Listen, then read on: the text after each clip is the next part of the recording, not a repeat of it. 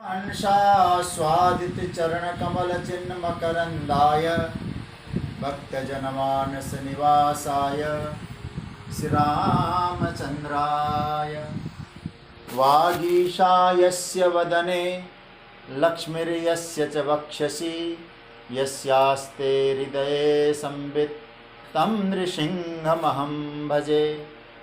विश्वसर्ग विसर्गादि नवलक्षणलक्षितं श्रीकृष्णाख्यं परं धाम जगद्धाम नमामि तत्।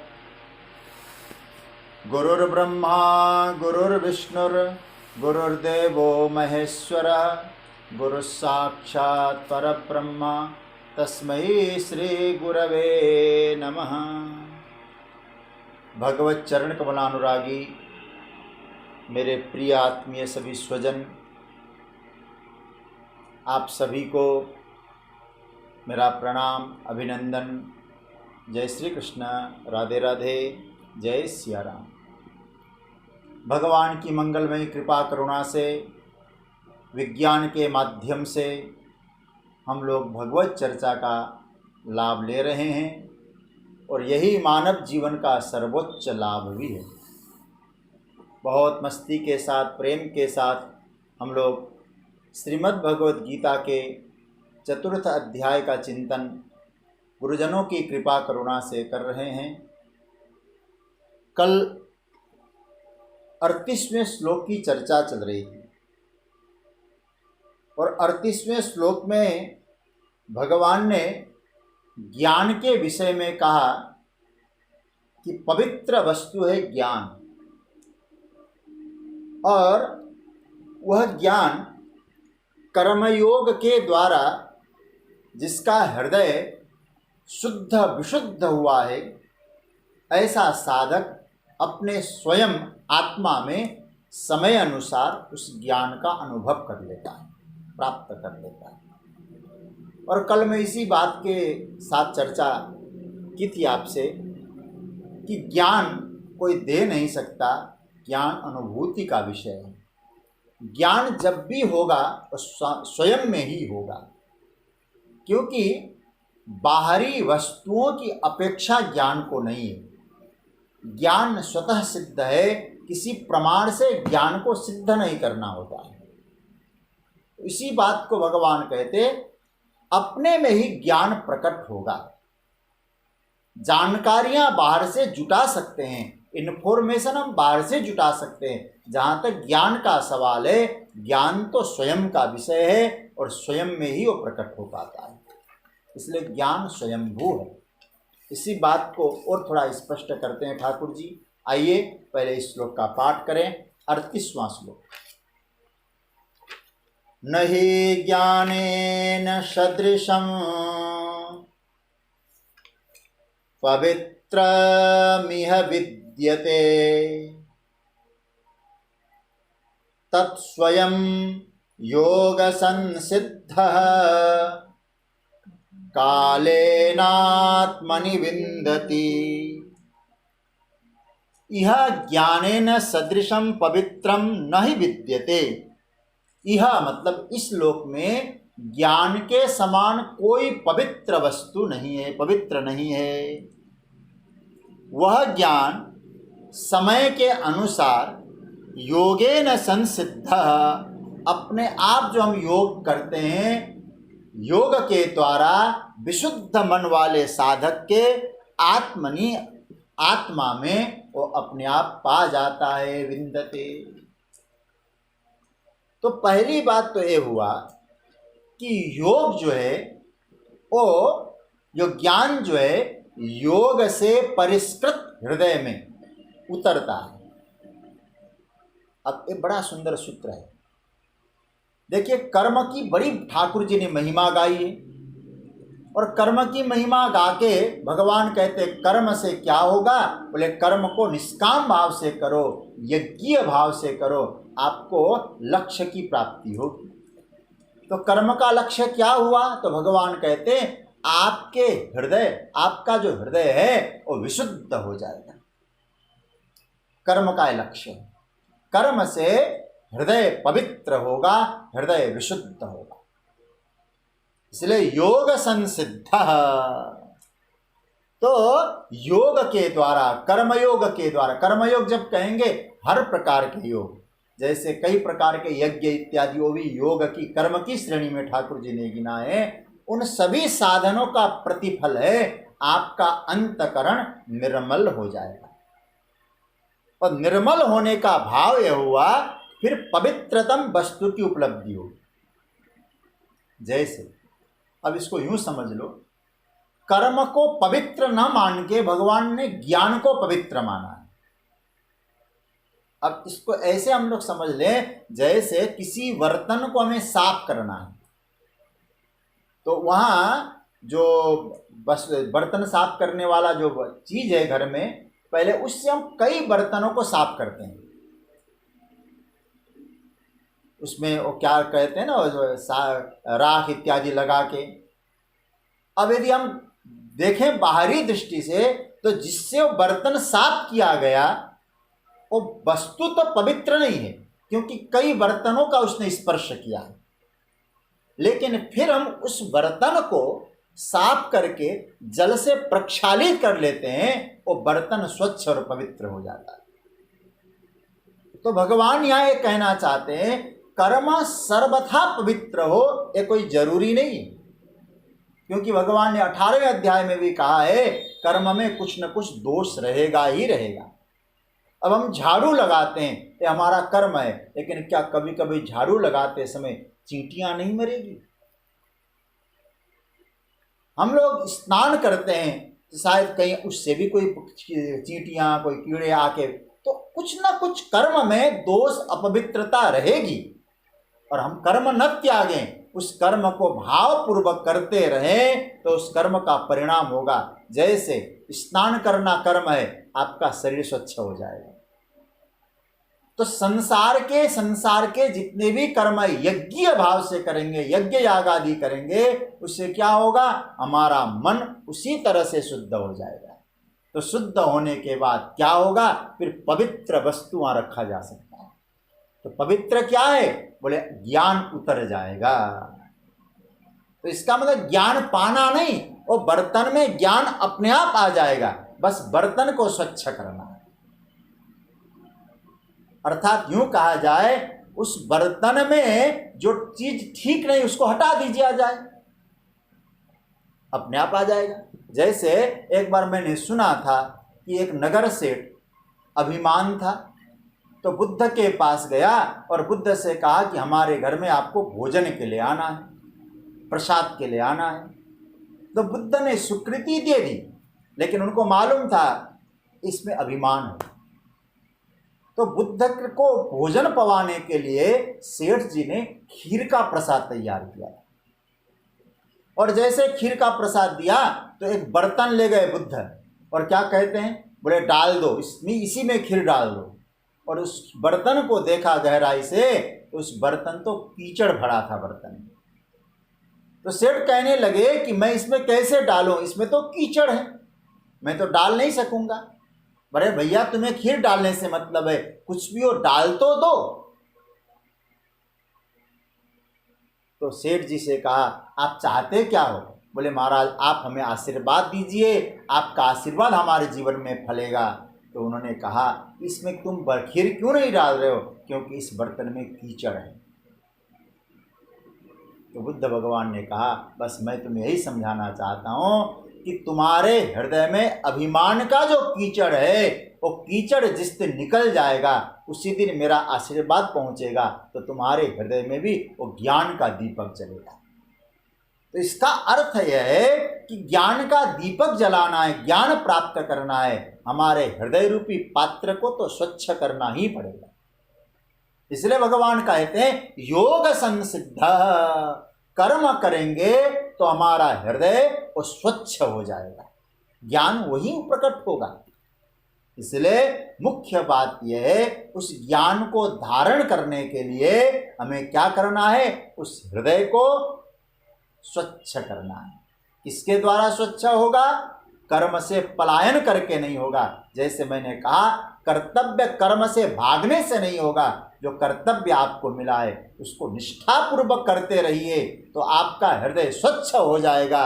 और आप उस कर्म को करते समय भले ही कुछ अपवित्रता रही होगी, लेकिन आप हृदय को स्वच्छ करने में लगिए, तो एक न एक दिन आपके हृदय में ज्ञान अवतरित हो जाएगा।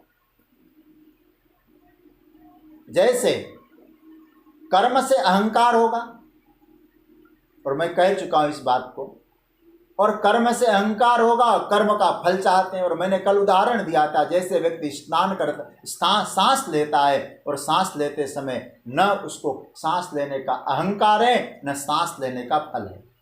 तो हमारा कर्म भी जब इस स्थिति से गुजरता है, कैसे?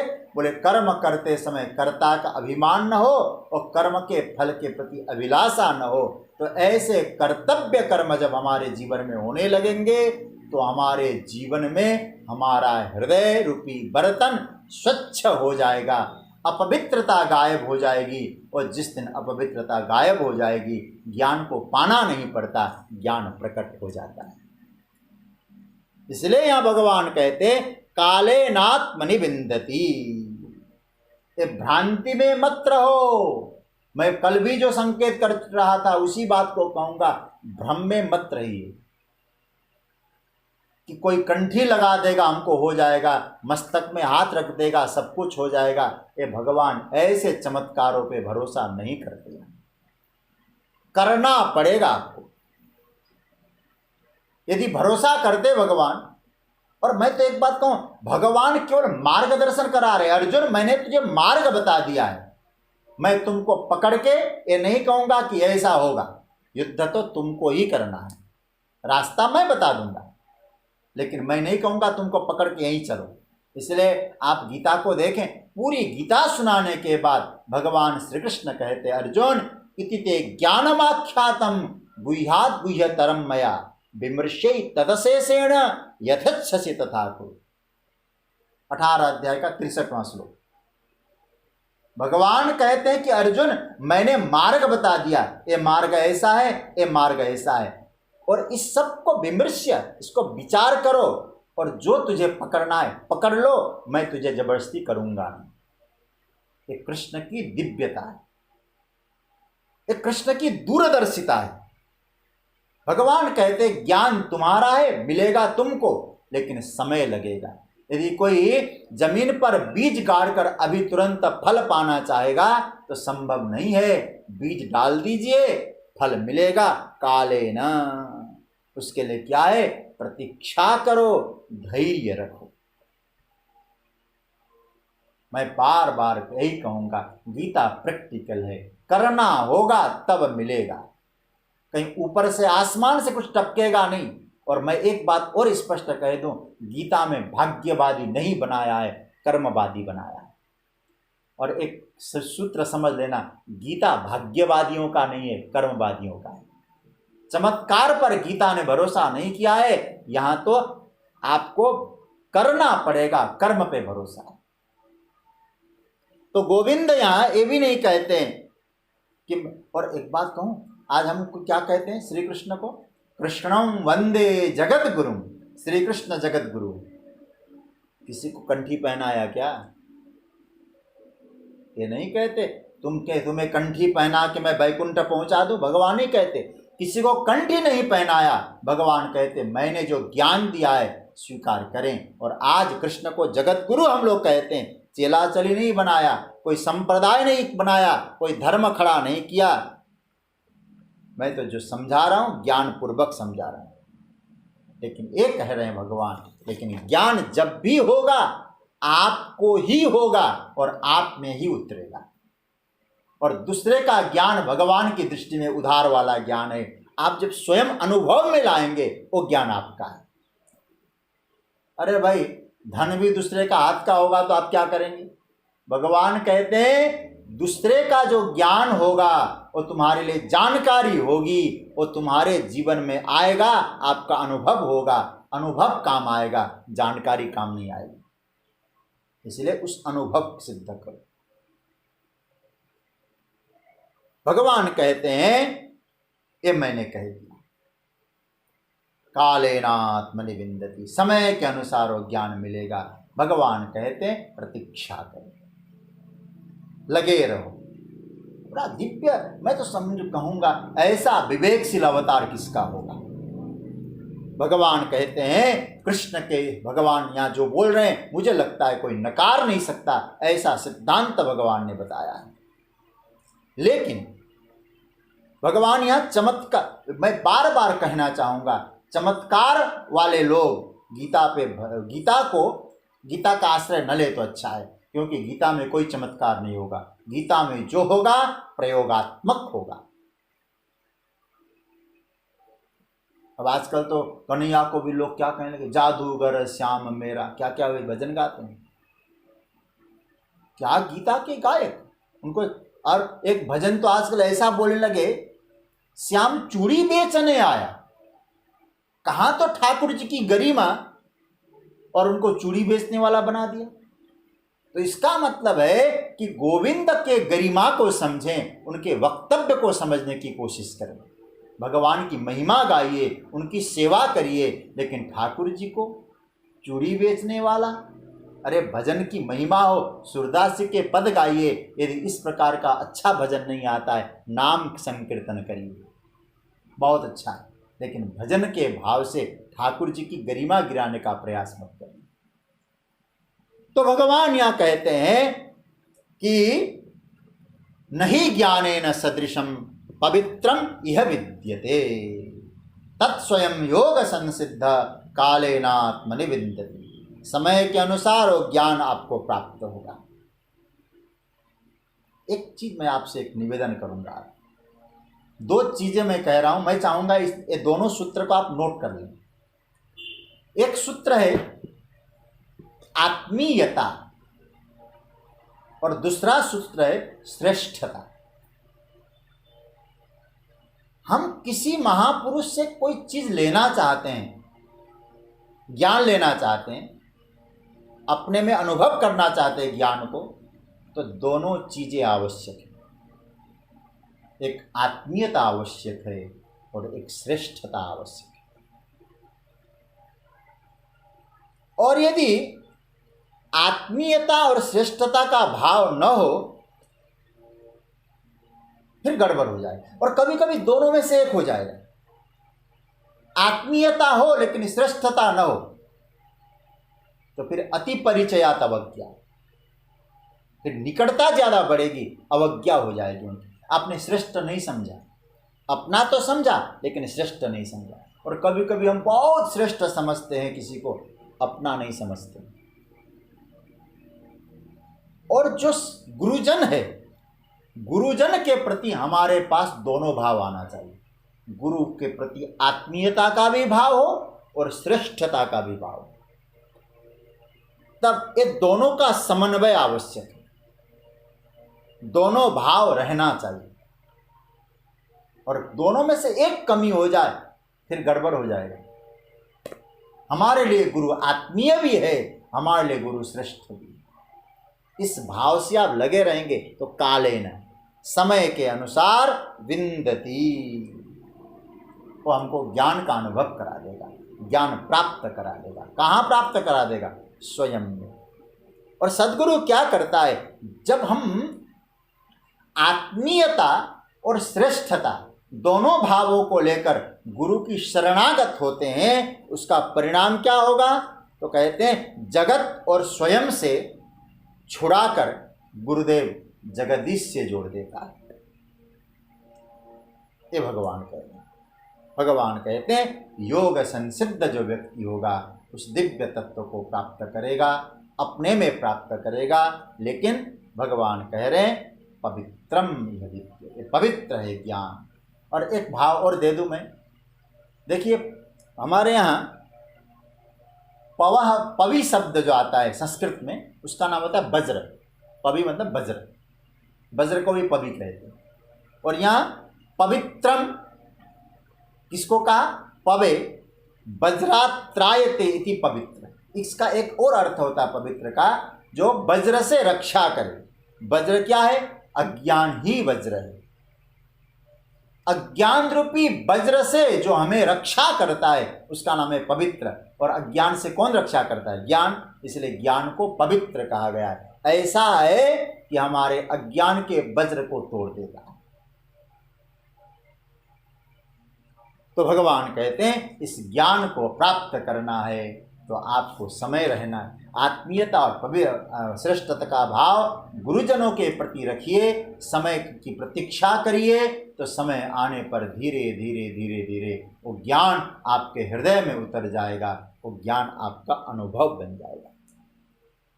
अब इसके बाद यहाँ तो ज्ञान की महिमा की चर्चा की, यहाँ तक कि समझ लें पहले भगवान ने चौथे अध्याय में कर्म की मीमांसा, फिर यज्ञ याग आदि की चर्चा, उसके बाद ज्ञान की महिमा, ज्ञान प्राप्त करने का साधन बताया। अब इसके बाद इस श्लोक में भगवान ने ज्ञान की फलश्रुति बताई। ज्ञान की फलश्रुति क्या है, ज्ञान का फल क्या है, भगवान ने अब यहाँ एक बात बताया। इसको हम लोग ये कह सकते हैं, दो भाव है, बहुत ध्यान से समझ लेना। जिस ज्ञान की चर्चा भगवान ने की उस ज्ञान को 39वें श्लोक में ज्ञान का सकारात्मक पक्ष बताया और 40वें श्लोक में नकारात्मक पक्ष बताया। मतलब ज्ञान किसको मिलेगा, ज्ञान प्राप्त करने के बाद क्या होगा, ज्ञान किसको मिलेगा उसकी चर्चा हुई, लेकिन ज्ञान जो होगा वो ज्ञान को प्राप्त करने के बाद उसको मिलेगा क्या, कौन ज्ञान को प्राप्त करेगा और ज्ञान प्राप्ति के बाद क्या मिलेगा, और कौन ऐसा व्यक्ति होगा जो ज्ञान को प्राप्त कर नहीं पाएगा। दोनों है। तो मैं कहूँगा ज्ञान का 39वां श्लोक पॉजिटिव पक्ष है और 40वां श्लोक नेगेटिव पक्ष है। इनको हम लोग समझने की सोचें, विचार करें। तो अब ज्ञान का फल सुन लीजिएगा, भगवान क्या कह रहे हैं, और सुनने लायक है, बड़ा गंभीर चिंतन करने लायक है। तो आइए, तो भगवान कह रहे हैं इस 40वें श्लोक में, 39वें श्लोक में हम लोग जा रहे हैं। इसका पाठ करते हैं। 39वां श्लोक। श्रद्धावान् लभते ज्ञानं तत्परः संयतेन्द्रियः ज्ञानं लब्ध्वा परां शान्ति मचिरेणाधिगच्छति। भगवान कह रहे हैं श्रद्धावान लभते ज्ञानम, श्रद्धावान तत्परः संयतेन्द्रिय ज्ञानम लभते, ज्ञानम लब्ध्वा अचिरेण पराम शांतिम अधिगच्छति। भगवान यहाँ कह रहे हैं, हे अर्जुन, ये जो ज्ञान की चर्चा बड़ी हुई, तो उस ज्ञान को कौन प्राप्त करेगा? श्रद्धावान, तत्पर और संयमी। और उस तत्व ज्ञान को जो प्राप्त करता है, और प्राप्त करने के बाद शीघ्र ही वो परम शांति को प्राप्त कर लेता है, परम शांति उपलब्ध हो जाता है। तो बड़ा सुंदर सूत्र है, जीवन का लक्ष्य है, समझ लो। हम सब किस लिए काम कर रहे हैं? बोले शांति मिले, प्रसन्नता मिले। गोविंद कहते मिलेगा। कैसे मिलेगा? तो भगवान ने यहाँ कुछ बातें बताई। सबसे पहला सूत्र दिया, श्रद्धावान लभते ज्ञानम। 3 चीजें, श्रद्धावान, तत्परः, संयतेन्द्रियः ज्ञानम लभते। इसको ऐसे भी समझ सकते हैं। तो सबसे पहले भगवान ने कहा जो श्रद्धावान होगा वो ज्ञान को प्राप्त करेगा। अच्छा, श्रद्धा किसमें रखना है? कई बार हम लोग भगवान में श्रद्धा रखते हैं, ठीक है। कई बार ऐसा होता है भगवान के मार्ग में ले जाने वाले गुरु में भी श्रद्धा रखते हैं। लेकिन आपको बताऊं, कई बार ऐसी स्थिति आती है हम स्वयं में श्रद्धा नहीं रख पाते। तो श्रद्धा, सबसे पहली बात आपको कहूं, 3 तत्वों में श्रद्धा रखिए। कौन कौन से? ईश्वर में, गुरु में और स्वयं में। श्रद्धा क्या बोले? परमात्मा का जो दिव्य ज्ञान वो हमको प्राप्त करना है, तो सबसे पहले उनके प्रति निष्ठा। फिर गुरुदेव हमें उधर ले जाएंगे तो गुरु के प्रति श्रद्धा। लेकिन कहीं यह समझ के अपने आप में प्रेम नहीं रखेंगे, श्रद्धा नहीं रखेंगे, नहीं हो पाएगा। अपने आप में श्रद्धा का मतलब विचार करना, प्रभु ने मुझे शरीर क्यों दिया, अन्य योनियों में क्यों नहीं भेजा, मुझे ही इस मनुष्य शरीर क्यों दिया, ठाकुर जी ने मुझे यह शरीर क्यों प्राप्त किया। इसका मतलब है भगवान ने इसलिए दिया क्योंकि मैं इस शरीर को प्राप्त करके ज्ञान को पा सकता हूं। अन्य शरीरों में ज्ञान नहीं मिलेगा, मुझे मनुष्य बनाया है तो मुझे ज्ञान प्राप्ति का साधन बताया। इसलिए गोस्वामी तुलसीदास जी कहते, मानव तन क्यों मिला, साधन धाम मोक्ष कर द्वारा, पाई न जहि परलोक सुधारा। सज्जनों, इस शरीर ही हमको उस परम ज्ञान के लिए मिला है और इस ज्ञान को हम ही प्राप्त कर सकते हैं। मैं आपको एक सूत्र और जोड़ दूं, हम भी प्राप्त कर सकते हैं ऐसा मत समझो, हम ही प्राप्त कर सकते हैं इस ज्ञान को, मैं ही पा सकता हूं। तो अपने प्रति श्रद्धा रखें, इसका मतलब है अपने में जो हीन भावना है वो हटा दें, क्योंकि हम कर सकते हैं। तो कहने का तात्पर्य है, तो भगवान पहला सूत्र देते हैं, श्रद्धा रखें। और भगवान, मैं आपको गीता के आधार पे कुछ मैंने अभी चिंतन करके आपके सामने प्रस्तुत करता हूं। देखिए, श्रद्धा क्या है? पहली बात तो श्रद्धा के बिना इस ज्ञान के मार्ग में प्रवेश नहीं है। एंट्री पास जो है उसका नाम है श्रद्धा। भगवान जब भक्ति योग की चर्चा करते हैं ना 12वें अध्याय में, उसके दूसरे श्लोक में भगवान ने, अर्जुन ने पूछा, महाराज कौन ऐसा व्यक्ति होगा जो आपकी भक्ति को प्राप्त करेगा? भगवान भी कहते हैं, श्रद्धया परयोपेता ते में युक्त तमाम, जो श्रेष्ठ श्रद्धा रखता है। भगवान कहते परया श्रद्धा, जो श्रेष्ठतम श्रद्धा को रख सकता है वही मुझे मेरी भक्ति को प्राप्त करेगा। तो मैं आपसे कहूं, अध्यात्म पथ की नींव है श्रद्धा।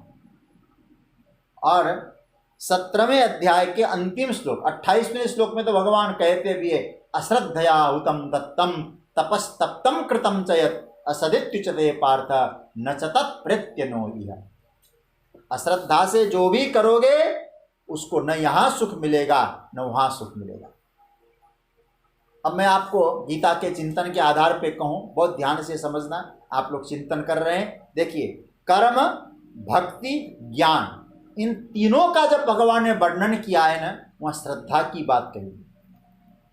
बिना श्रद्धा के भगवान की दृष्टि में कर्म भी नहीं है, बिना श्रद्धा के भक्ति की भी पूर्णता नहीं है, और बिना श्रद्धा के ज्ञान की स्थिति भी नहीं है, और गीता श्रवण का लाभ भी नहीं है बिना श्रद्धा। ये ठाकुर जी कह रहे हैं। आइए कर्म की बात हम जब देखते हैं, कर्मयोग का अनुष्ठान में क्या करना होगा, तो भगवान 3 अध्याय के 31वें श्लोक में कहते हैं, क्या कह रहे हैं? एमे मतमिदं नित्यम अनुतिष्ठन्ति मानवाः श्रद्धावन्तो न सूयन्तो मुच्यन्ते तेपि कर्मभिः। जो श्रद्धावान होगा और यज्ञ भाव से कर्म करेगा वही कर्म बंधन से मुक्त होगा। तो कर्म में श्रद्धा। दूसरा, भक्ति की चर्चा करें तो 12वां अध्याय भक्ति योग, तो उसमें आप देखिए भगवान क्या कह रहे हैं? एतु धर्म, अंतिम श्लोक है भक्ति योग का भी, पूरे भक्ति का वर्णन करके अंतिम श्लोक में भगवान कहते हैं, एतु धर्म्यामृतमिदं यथोक्तम पर्युपासते श्रद्धाना मत परमा भक्तास्ते तीव में प्रिया। जो श्रद्धादान है, श्रद्धा रखता है वो भक्ति को प्राप्त करेगा और मुझे प्रिय हो जाएगा।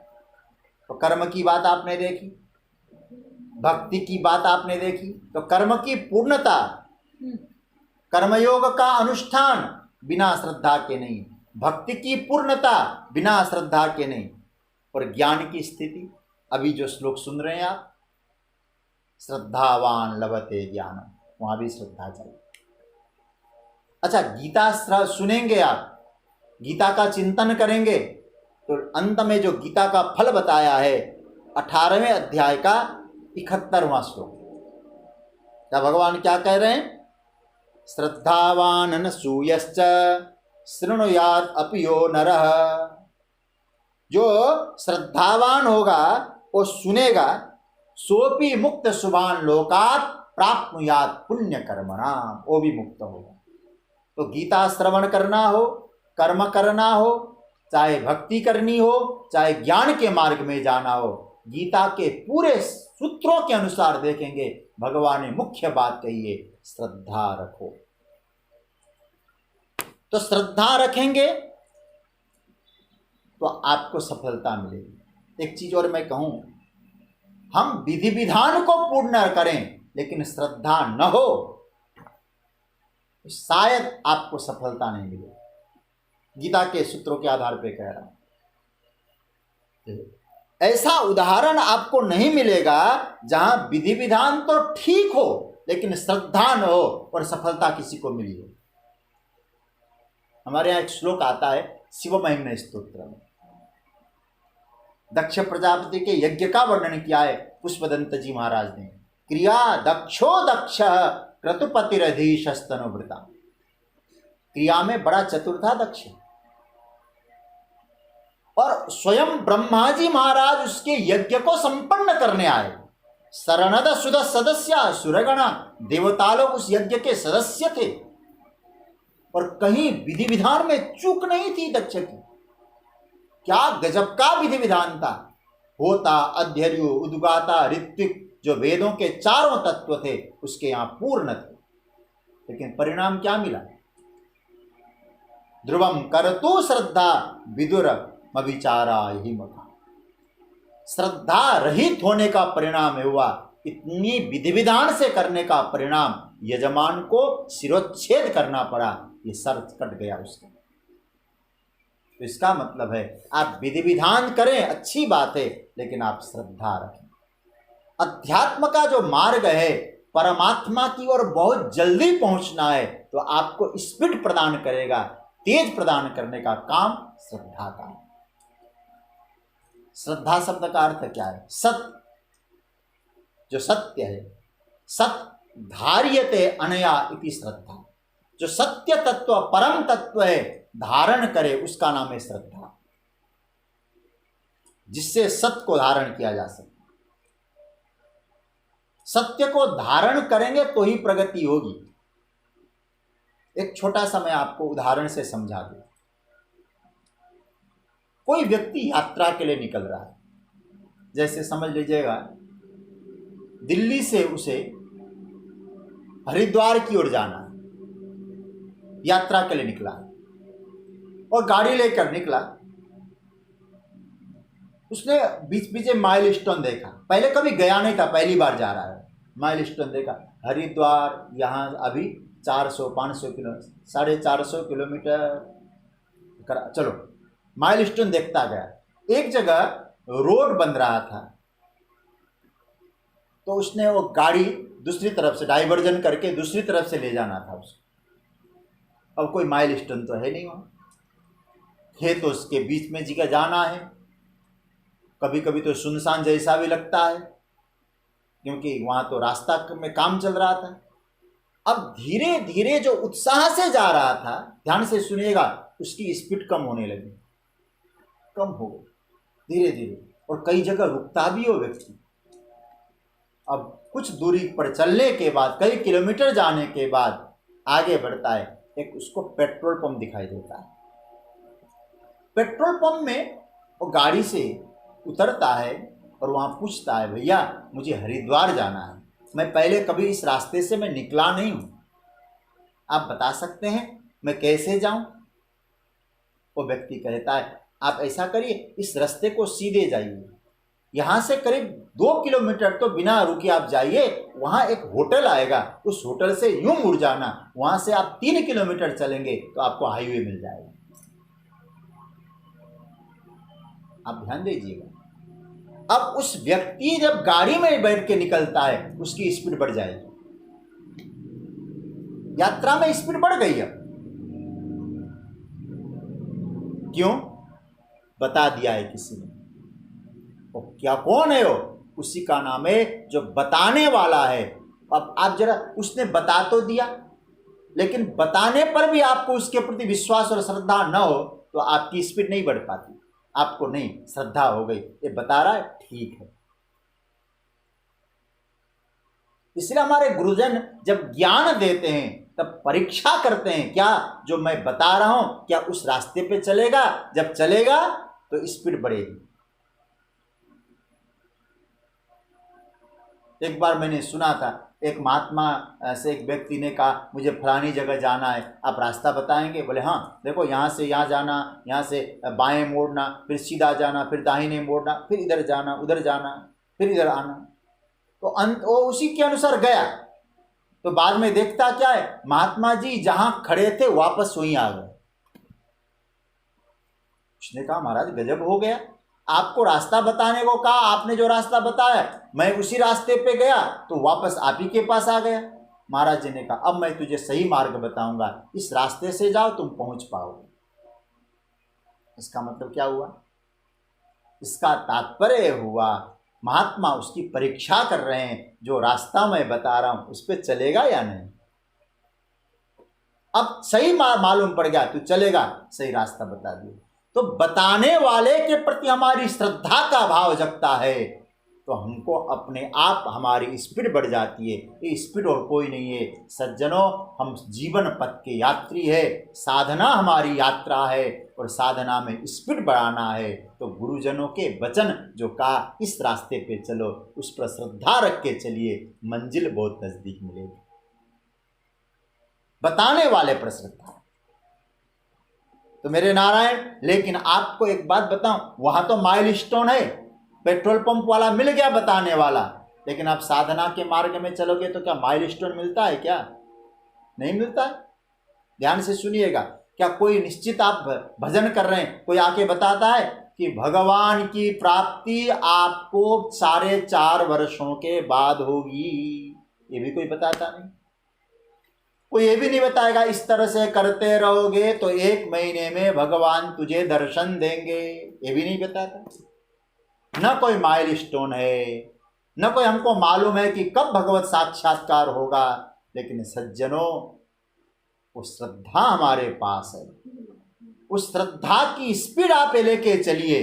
गोविंद कहते हैं वो श्रद्धा आपकी साधना के स्पीड को बढ़ाने का साधन। तब क्या हुआ? श्रद्धावान लभते ज्ञान। फिर आपको ज्ञान पाने में कोई दिक्कत नहीं, ज्ञान की उपलब्धि करने में कोई दिक्कत नहीं है। हमारे यहाँ तो कहा गया है, श्रद्धा बिनु धर्म नहीं होई, बिनु मही गंध की पावे कोई। बिना श्रद्धा के धर्म नहीं हो सकता। धर्म भी करेंगे तो श्रद्धा ऐसे ही हो पाएगी। तो भगवान कहते हैं श्रद्धा रखो। अरे मैं तो आपको कहूंगा, हर खंभे में नृसिंह बैठे होंगे, प्रहलाद जैसी श्रद्धा हो, अभी नृसिंह प्रकट हो जाए। भगवान कहते ज्ञान को पाना है श्रद्धा। भक्ति रसामृत सिंधु में एक श्लोक बहुत अच्छा लगता है, मैंने उसको बहुत, मुझे कभी गुरुदेव ने समझाया था। आदौ श्रद्धा, भक्ति रसामृत सिंधु बहुत सुंदर ग्रंथ है। उसमें सबसे पहले श्रद्धा, ततः साधु संग, दूसरे बार साधुओं का संग, फिर भजन क्रिया, फिर आप भजन करें, ततो अनर्थ निवृत्ति स्यात्, फिर अनर्थ की निवृत्ति, ततो निष्ठा, ततो रुचि, निष्ठा, फिर भगवान में रुचि, फिर भगवान के प्रति स्नेह, अथासक्तिस्ततो भावस्ततः प्रेमा विदंचति, उसके बाद प्रेम। और ये सब कैसे प्रकट हुआ? बोले श्रद्धा उसकी बीज है। तो गोविंद तक पहुंचाने का बीज है श्रद्धा। अब आगे दूसरा सूत्र दिया, श्रद्धा हो ज्ञान मिलेगा। केवल श्रद्धा? बोले नहीं, तत्परता। तत्परः, देखिए, श्रद्धावान लभते ज्ञानम तत्परः। जीवन में श्रद्धा हो तो तत्परता आएगी, तत्परता आएगी। तो भगवान कहते हैं कि श्रद्धा से तत्परता है। अपने कर्म में जागरूकता और निरंतरता, इसी का नाम है तत्परता। जो आप कर रहे हैं उस श्रद्धा पूर्वक करें, लेकिन उस श्रद्धा पूर्वक किए हुए कार्य में जागरूकता हो और निरंतरता हो, तो कहते तत्परता। और भक्ति के चिंतक लोगों ने कहा, देखो, तत्पर शब्द का अर्थ होता है भगवान के प्रति समर्पण, भगवान का परायण, समर्पित होना, अर्थात भगवान का बन जाना, उनका बन के फिर श्रद्धा की यात्रा में चले। इसलिए मैंने क्या कहा था, तत्परः। पहले कहा था ना ईश्वर के प्रति श्रद्धा, तो भगवान का बनना, तत्पर होना, भगवान के परायण हो जाना। देखिए, जब तक हम भगवान के नहीं बनेंगे, उनके नहीं बनेंगे, तो तत्व कैसे मिलेगा? तो हम किसी के बनकर रहें, कुछ पाना है ना, तो किसी का बनना ही पड़ेगा आपको, तब आपको मिलेगा। अरे भाई, कोई बेटा बाप का नहीं बनता तो बाप भी कभी कभी संपत्ति से बेदखल कर देता है। तो परमात्मा की दिव्य संपत्ति ज्ञान है, तो परमात्मा का नहीं बनेंगे तो ज्ञान मिल जाएगा क्या? भगवान का बनी, किसी का बनना पड़ता है। श्रद्धा क्या है? आपको भगवान का बना देगी। भगवान से संबंध जोड़ने का नाम है श्रद्धा। इसलिए हम किसी का बने। जैसे कबीरदास जी कहते हैं ना, किसी कुत्ते के गले में पट्टी लगी हो ना, तो लोग कहते हैं कुत्ता किसी का है, इस कुत्ते का मालिक है। तो हम भी क्या सोचें? बोले श्रद्धा के माध्यम से भगवान की पट्टी लगा लें। कबीरा कुत्ता राम का, मोती मेरा नाम, गले बिच डोरी राम की, जित खींचो तित जान। तो हम भगवान का बने, और भगवान का बनाने का काम करती है श्रद्धा। तो पहला सूत्र, श्रद्धावान तत्परायण, श्रद्धा से भगवान में परायण हो जाओ। तीसरी बात, संयतेन्द्रिय,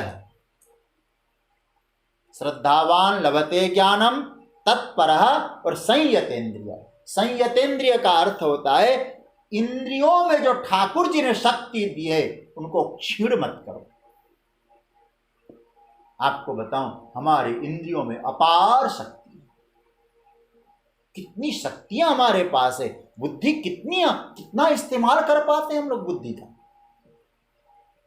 लेकिन हम उन्हीं इंद्रियों का व्यर्थ चीजों में आप व्यय कर दें तो इंद्रियों की शक्ति का क्षीण हो जाएगा। तो इंद्रियों की शक्ति का क्षीण न होने दें, इंद्रियों की ऊर्जा को व्यवस्थित करें।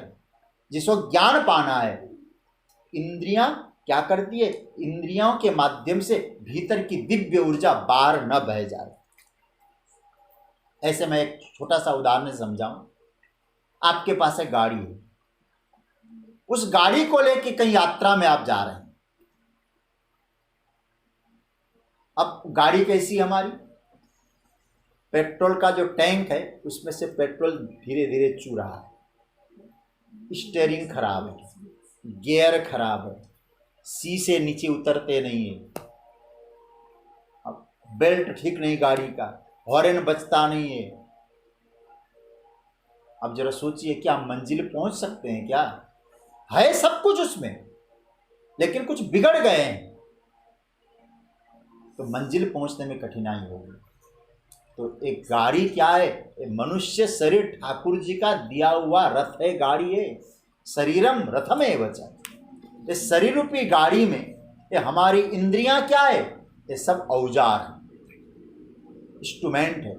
आँख ठीक होना चाहिए, लाइटें ठीक हो, हॉर्न ठीक हो, कान हॉर्न की तरह है ना, स्टीयरिंग ठीक हो,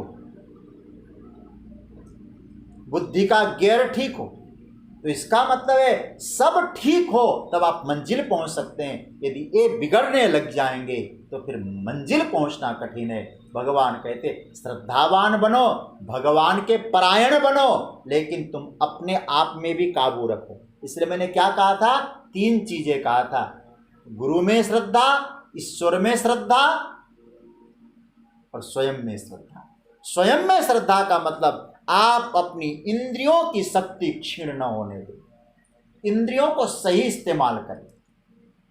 साधना में इंद्रियों की शक्ति की बड़ी महिमा है।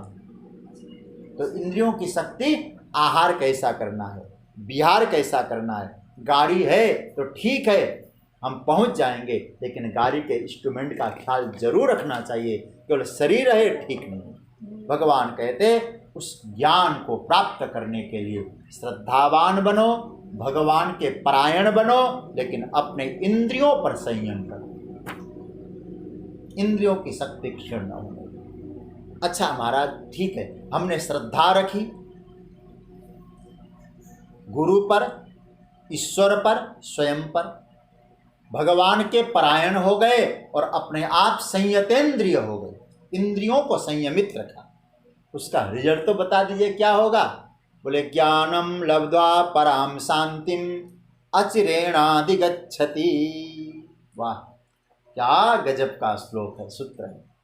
ज्ञान का परिणाम भगवान बता रहे, श्रेष्ठ परिणाम यह है ज्ञान से शांति मिलेगी। जिसको शांति चाहिए वो ज्ञान में आ जाए। ज्ञान से क्या मिलेगा, आपको परम शांति की उपलब्धि होगी। अब आपको बताऊं फिर ज्ञानी का लक्षण क्या है। बहुत सारे शास्त्रों को जानकर आपको प्रवचन दे वो ज्ञानी नहीं है, उसी को आप ज्ञानी मत समझ लेना। दूसरे को प्रभावित कर सकता है। जब स्वामी राम तीर्थ बोला करते थे, लोग चरणों में गिर जाया करते थे, क्या विद्वान महापुरुष, महाराज आपका वक्तव्य ऐसा, चरणों में गिरते थे। महाराज जी कहा करते थे तुम मेरी वाणी से प्रभावित हुए हो तो कभी मत समझ लेना कि मैं तुम्हें स्वीकार कर लूंगा। मेरे वक्तव्य से प्रभावित हो तो मेरे पास मत आना। सीधा बोलते थे, क्योंकि वक्तव्य बोलना एक कोई बड़ी बात नहीं, कला है। बोलने की भी एक कला होती। तो इसका मतलब है वक्तव्य से प्रभावित हो वो ठीक नहीं है। तो क्या कहा करते थे, मेरे पास आओ, मुझे समझो, मेरे जीवन की दिनचर्या को देखो, और देखने के बाद तुमको लगे नहीं ये हमारा तारनहार है तो मेरे चरणों में आना, मैं गारंटी दूंगा तुमको पार लगा दूंगा। तो मैं आपसे कहूंगा केवल वक्तव्य सुधारे वो नहीं है, व्यक्तित्व सुधारे। केवल वक्तव्य अच्छा हो और संसार को, लोगों को प्रभावित कर सकता है, लेकिन वक्तव्य के साथ व्यक्तित्व अच्छा हो, केवल प्रभावित नहीं प्रभु भावित कर देगा। मैं आपको जिम्मेदारी के साथ कह रहा हूं। भले ही कुछ लोग कह सकते होंगे मैं डेंजर जोन की बात कर रहा हूं, लेकिन मैं आपको स्पष्ट कह दूं, केवल वक्तव्य से कोई प्रभावित नहीं होगा, उसके जीवन को देखना चाहिए। ज्ञानी का लक्षण है उसको परम शांति, परम प्रसन्नता, परम आनंद, वो आनंद का अनुभव कर रहा है कि नहीं।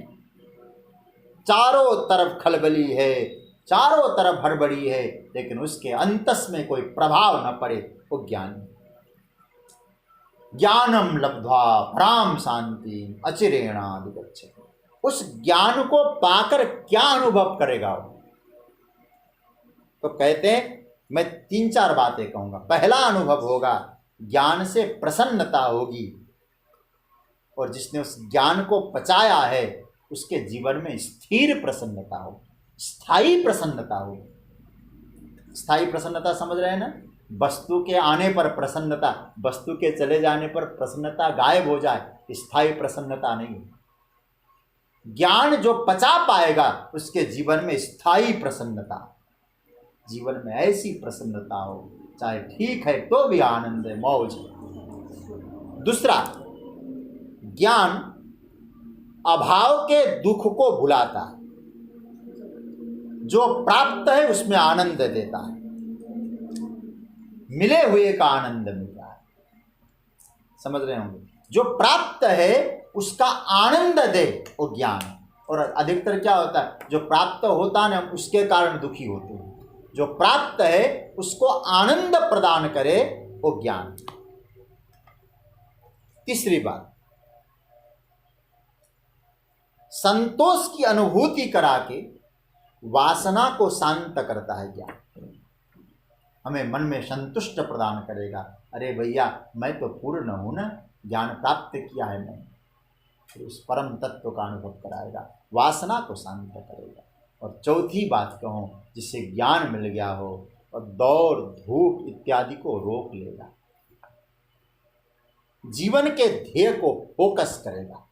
याद रखना, ज्ञानी व्यक्ति जिसको ज्ञान प्राप्त करना था, ज्ञान प्राप्त हो गया, जीवन के लक्ष्य को फोकस करेगा। श्रद्धावान लभते ज्ञानम, इस प्रकार से जो उसके पास श्रद्धा है वो फोकस करेगा जीवन के लक्ष्य को, उसको क्या मिलेगा, ज्ञान मिलेगा। और ज्ञान से क्या होगा, परम शांति मिलेगी।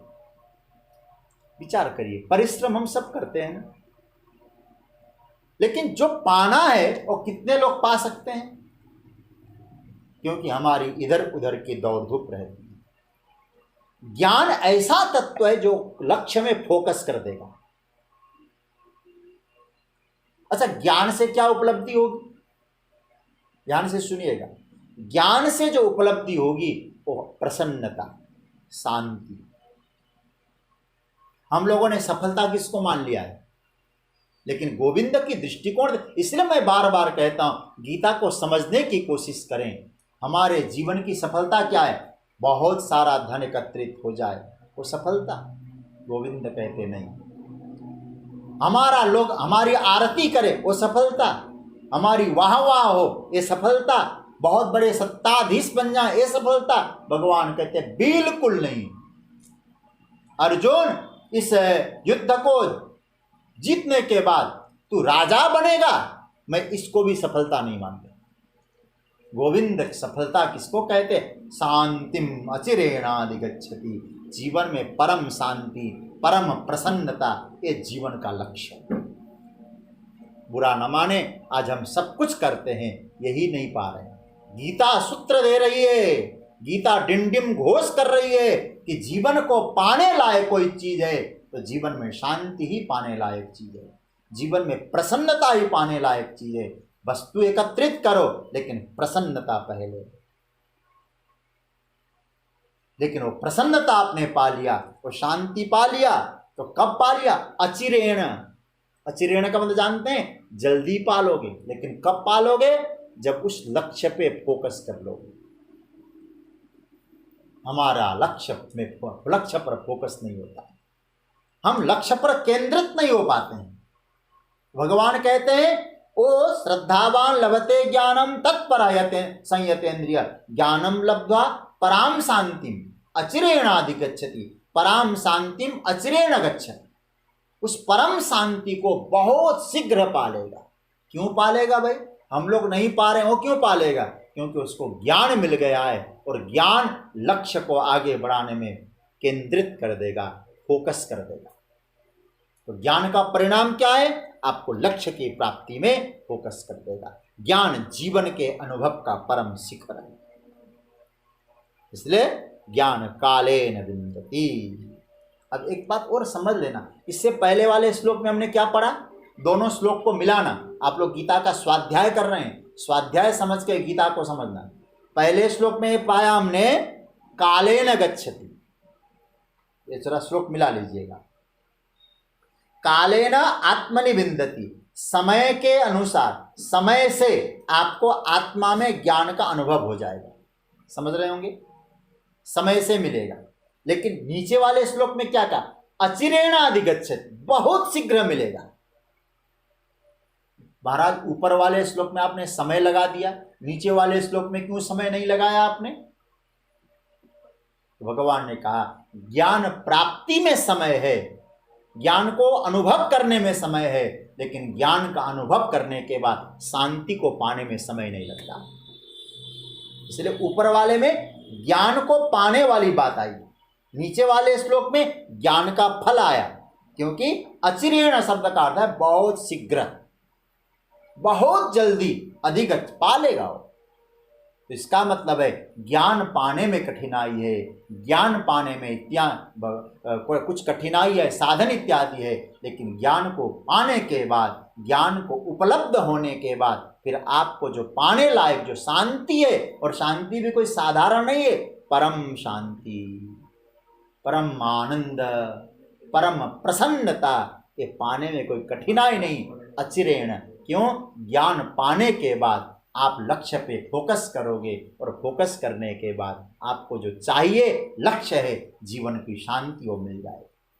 इसलिए मुझे एक मंत्र, उपनिषद का मंत्र याद आ रहा है, नित्यो नित्यानाम चेतनश्चेतनानाम एको बहुनाम यो विदधाति कामान तमात्मस्थम एनु पश्यन्ति धीरा तेषाम शांति शाश्वती नेतरेशम। इस श्वेताश्वतर उपनिषद में भी मंत्र है, शायद कठोपनिषद में, मुझे याद नहीं है। तो कहते हैं कि ये जो नित्य अनित्य का वस्तु विवेक करके अपने आत्मा में जो ज्ञान को उपलब्ध हो जाएगा, तमात्मस्तम ए अनुपश्यन्ति, उसको आत्मा में देखेगा, उसको परम शांति की उपलब्धि हो जाएगी। ये उपनिषद का सूत्र है। इसलिए ज्ञान को पालो, शांति मिल जाएगी। एक संत ने बड़ा सुंदर कहा है, मुझे पॉइंट याद है, वो कोट करने लायक। क्या मिलेगा? श्रद्धा से ज्ञान, विनम्रता से सम्मान और योग्यता से स्थान मिलता है। फिर दोहरा देता हूं, श्रद्धा से ज्ञान मिलता है, विनम्रता से सम्मान मिलता है और योग्यता से स्थान मिलता है। अब यह है ज्ञान का सकारात्मक पक्ष। ज्ञान प्राप्ति के बाद जो पॉजिटिव पक्ष है वो आपने सुन लिया। अब 40वें श्लोक में ज्ञान जो नेगेटिव पक्ष है, नेगेटिव पक्ष का परिणाम है। ज्ञान का नेगेटिव पक्ष का परिणाम क्या होगा, इसको केवल उच्चारण करते हैं और अर्थ बता दूंगा कल इसकी चर्चा।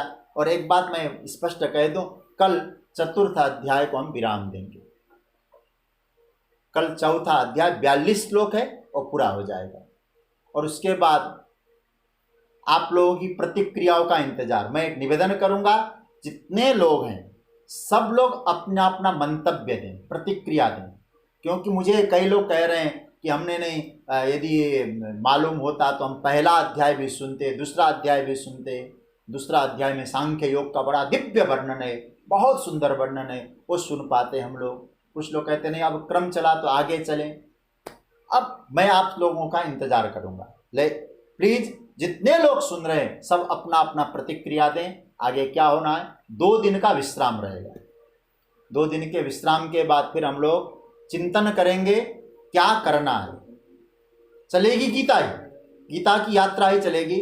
मेरे परम आदरणीय हमारे डॉक्टर केजरीवाल जी पटना से भी कह रहे थे गीता की यात्रा ही चले, गीता ही चले, तो बिल्कुल अच्छा लगेगा। गीता ही चलेगी, लेकिन क्या करना होगा, पहला अध्याय या दूसरा अध्याय या इससे आगे की चर्चा।